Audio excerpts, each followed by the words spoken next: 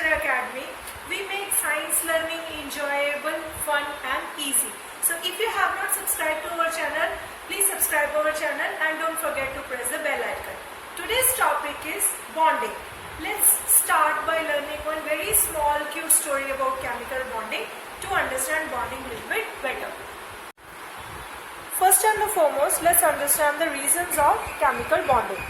First and the foremost reason why chemicals have the tendency to bond is everybody wants to have noble gas configuration.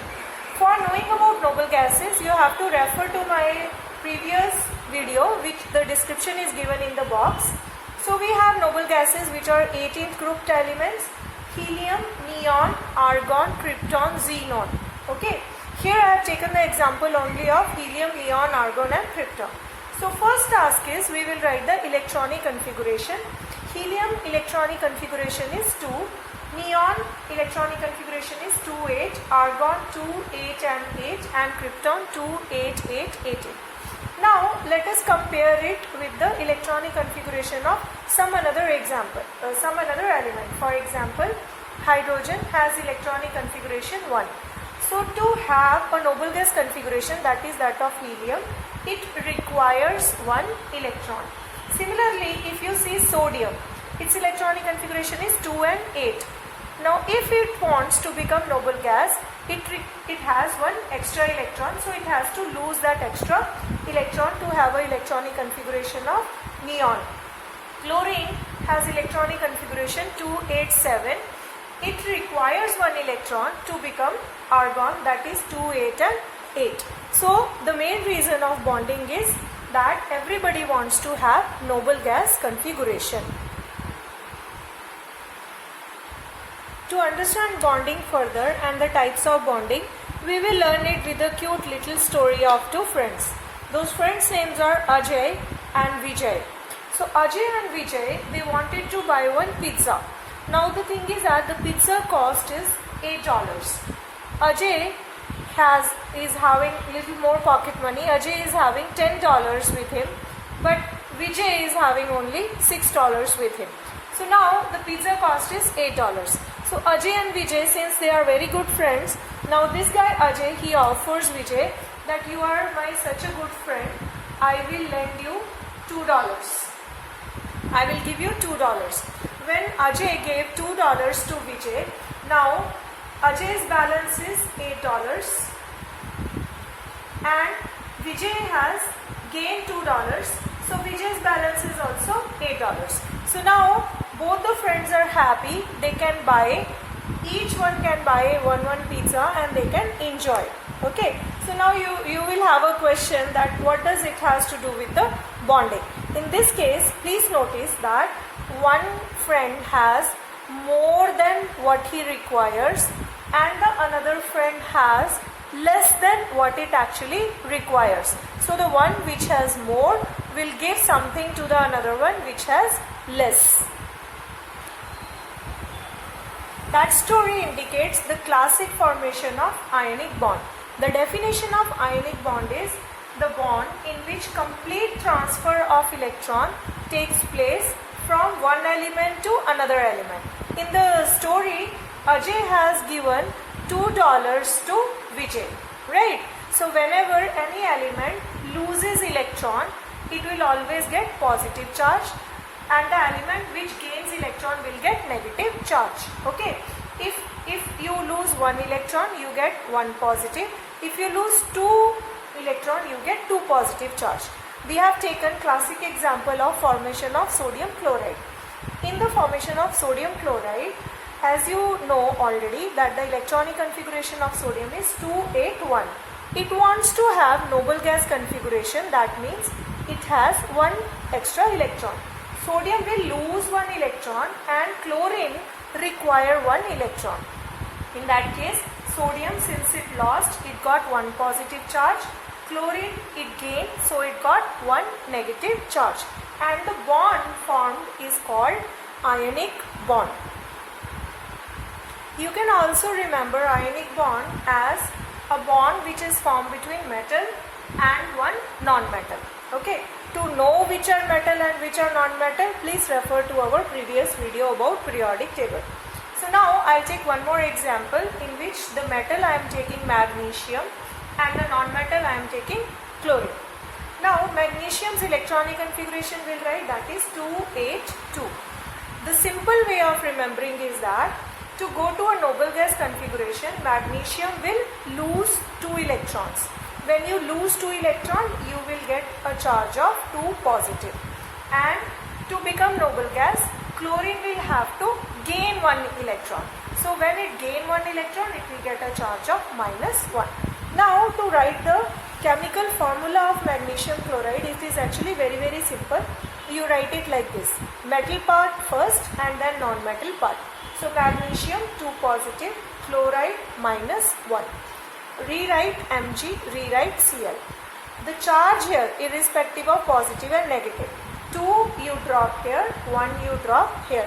So the chemical formula of magnesium chloride is MgCl2. Now how do we draw the electron dot structure for MgCl2? Remember, always write the metal part first. And you are supposed to write and draw only outer electronic configuration. You are not supposed to draw anything else. So magnesium is supposed to lose 2 electrons. To denote 2 electrons, you just draw 2 dots near to magnesium. And there are 2 Cl. As I told you in the previous case also, the formula of magnesium chloride is MgCl2. You draw 2 Cls. Now each Cl has 7 electrons in their outermost orbit. So what you do is you start drawing by 2 electrons each. 1, 2, 3, 4, 5, 6, 7. First chlorine. Then 1, 2, 3, 4, 5, 6, 7. Another chlorine. Okay. Now this magnesium gives 1 electron to this chlorine, 1 electron to this chlorine, and this is the electron dot structure for magnesium chloride. Let's see one more example of drawing electron dot structure. In this case, I have taken the metal magnesium and non-metal oxygen. Magnesium wants to lose 2 electrons, so you draw here 2 electrons. And oxygen needs 2 more electrons to become noble gas. So you draw another 6 electrons. 1, 2, 3, 4, 5, 6. So 1 electron magnesium gives here, another electron magnesium gives here, and you can write the formula also. That's very easy. Magnesium loses 2 electrons. It gets the charge of 2 positive. Oxide gain 2 electron. It gets the charge of 2 negative. Cross, drop Mg, drop O. This 2 here, this 2 here. So the formula of magnesium oxide will be MgO. The easiest way is that you figure out the chemical formula first, and then from there you draw the electron dot structure. So from our story, when one friend gives his money or his electron to another one, then the type of bond formation is called ionic bond. The ionic bond, since it contains ions means positive and negative charge, it is a strong kind of a bond. Most of the ionic compounds, they are solids, and most of the ionic compounds, they conduct electricity when we dissolve them in the water or they are in the molten state, because they have ions, so they can conduct electricity. They are good conductor of heat and electricity. So let's move on to our next type of bonding. For understanding covalent bond also, we will go back to our cute friend story. That is, we have Ajay and we have Vijay. But in this case, Ajay has $4, Vijay also has $4. The total pizza cost is $8. Now, there is no scenario, nobody has more than required, nobody has less than required. So the only option these two are having is they share it. They say, okay, fine, we will buy only one pizza for $8 and then we will share it equally. So whenever a bond is formed by sharing of electrons, but the thing is that there should be equal sharing. If I am giving 1, you also give 1 electron. If I am giving 2 electron, the another element also is supposed to give 2 electron. It cannot be an unequal sharing. Okay, so the bond formed by sharing of electrons is called as covalent bond. Let us learn little more about covalent bond. You can remember covalent bond as a bond between one non-metal and another non-metal. That can be same non-metal, for example, the bond between chlorine and chlorine, or it can be two different non-metal. We'll take next example for different two non-metals. And again, for knowing what is a metal and non-metal, please refer to our previous video about periodic table. So now we will write the electronic configuration of chlorine, that is 287. This chlorine also 287. Whenever we are thinking about covalent bond, we are not supposed to know that how many electrons it is having in the outermost orbit. Like, I don't care that it has 7.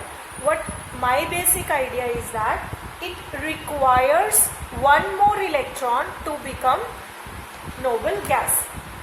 In case of covalent bond, I will bother about requirement. So I require one more electron.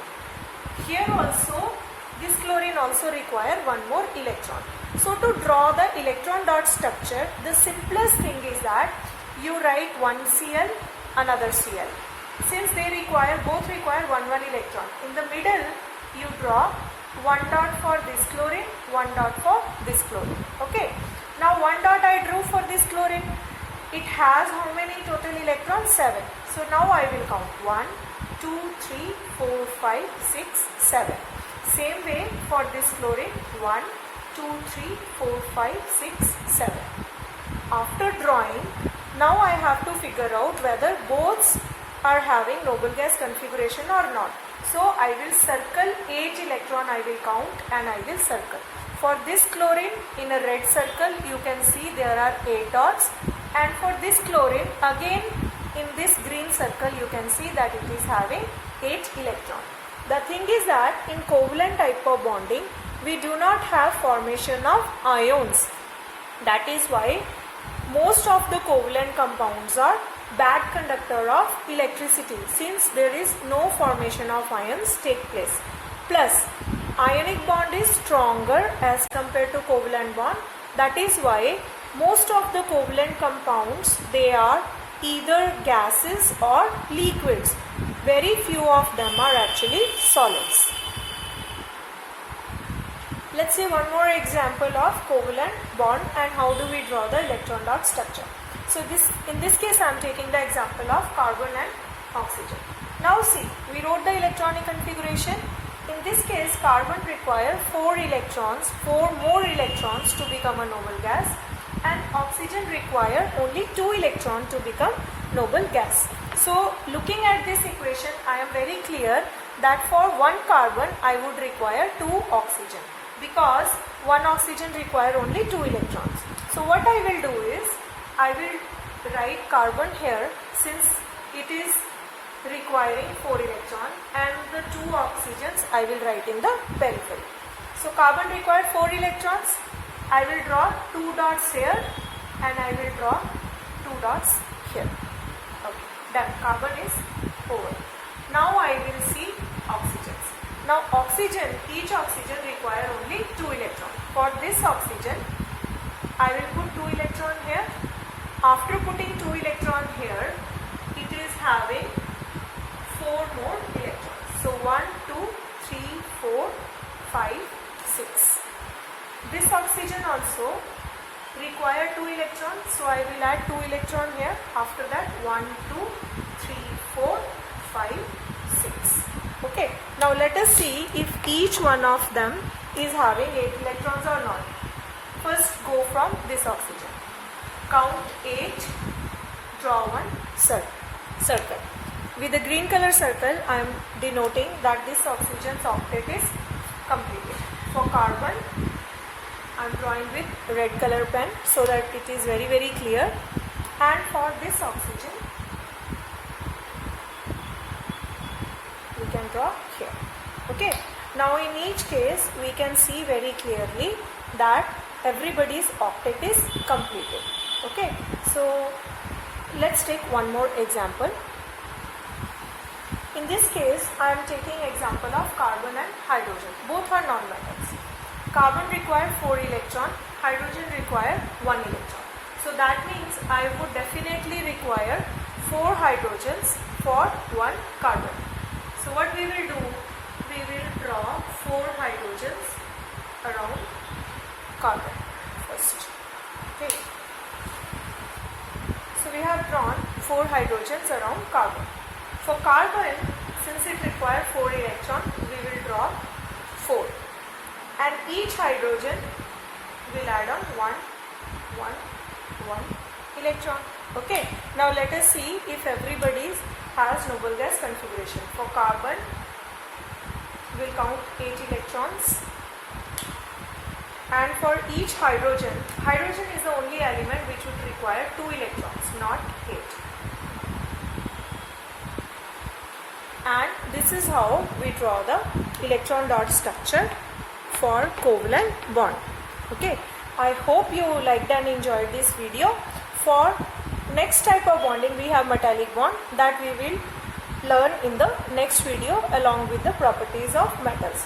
If you haven't subscribed to this channel, please do like, share and subscribe. And in the comment section, you can even ask doubts if you are having any. So for now, thank you very much.